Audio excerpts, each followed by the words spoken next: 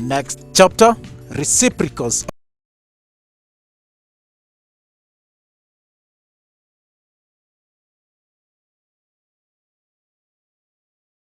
much thought. So what is reciprocal? The reciprocal of a number is simply 1 over that number.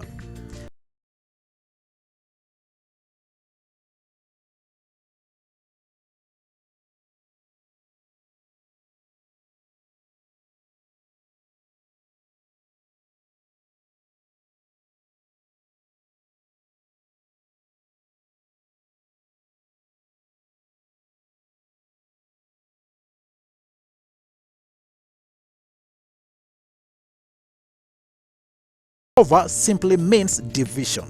So we can have 1 divided by 2 over 3. Then we have 1 times 3 over 2, and that gives us 3 over 2. In simple language, to get the reciprocal of a fraction, you simply interchange the numerator and the denominator.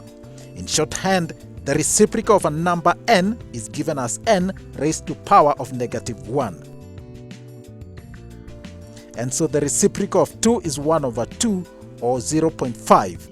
Reciprocal of 10 is 1 over 10.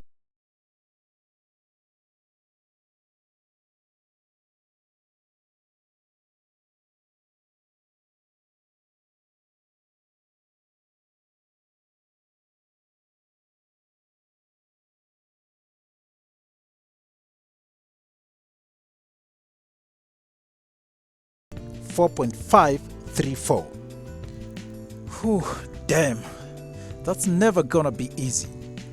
Finding reciprocals of whole numbers is easy, but decimals? No, it's a tall order.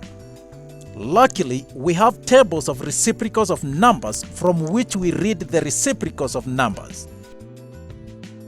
The tables give the reciprocals of numbers from 1.000 to 9.999. From a general view, the tables look much like those of squares and cubes, right? But careful.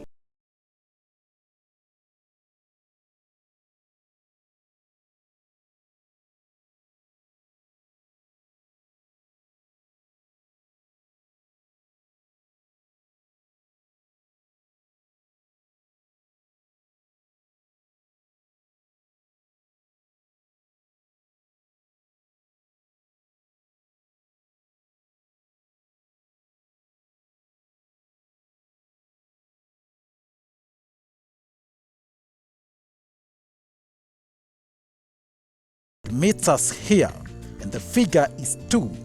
We subtract from our previous reading, and we shall have 0.2206. For numbers less than 1 and greater than 9.999, we first express them in standard form. For example, the reciprocal of 0.0324. In standard form, that will be 3.24 times 10 raised to power -2, and then the reciprocal of everything. 3.2 is here. The column of 4 meets us here. The number is 0.3086. We have no third decimal place, and so we end here. What is the reciprocal of 10 raised to power -2? For this part, we simply change the sign of the power, so it becomes 10 raised to power of +2. So we shall have 0.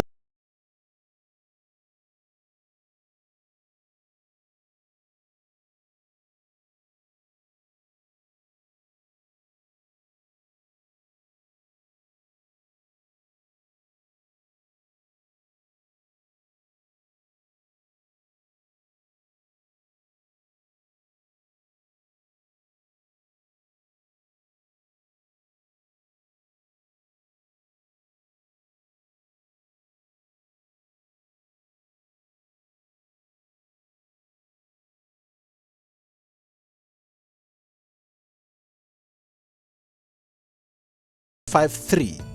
To the differences column, we move down column 3. They meet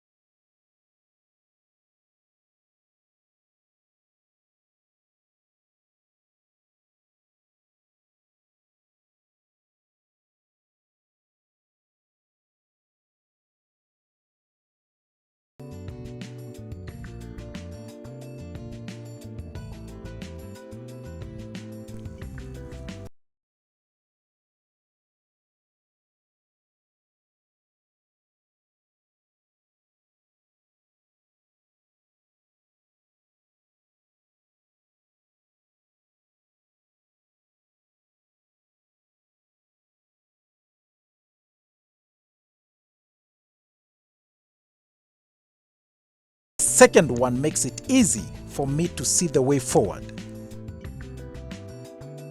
The reciprocal of 0.4138 in standard form, that is 4.138 times 10 raised to power of negative 1. 4.1 is here. The column of 3 will meet us here, and the number is 0.2421. The differences column of 8 meets us here, and the number is 5. When we subtract, we get 0.2416.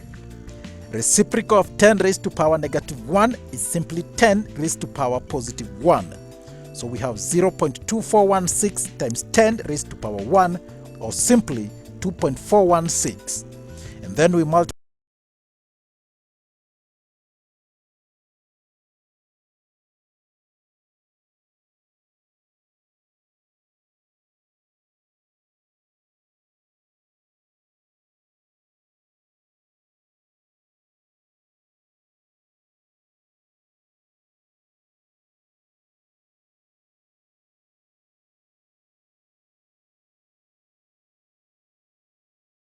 One of the problems with math is if you aren't strong in it, you end up with weak spots in the foundation. And so if you want to build on that, if you want to go in and major in it or to do honors in it, you really do need a solid foundation. And so if you don't have it, if you've had a bad experience with math, you tend to sort of slough it off, and that's a serious mistake, I think. I believe with the right resources and help, most people can learn most of the math that they need to learn. But in almost any class that you go into, you need to make sure that you're at the starting point. People come in with different backgrounds, different preparations, and so you're not all on the first day at exactly the same place. And so you can go on and learn math. You may need tutorials, you may need tutors, etc., to get your foundation solid so that you can build the next course on it. But math is not so complicated that most people can't learn high school math and certainly the introductory courses in university.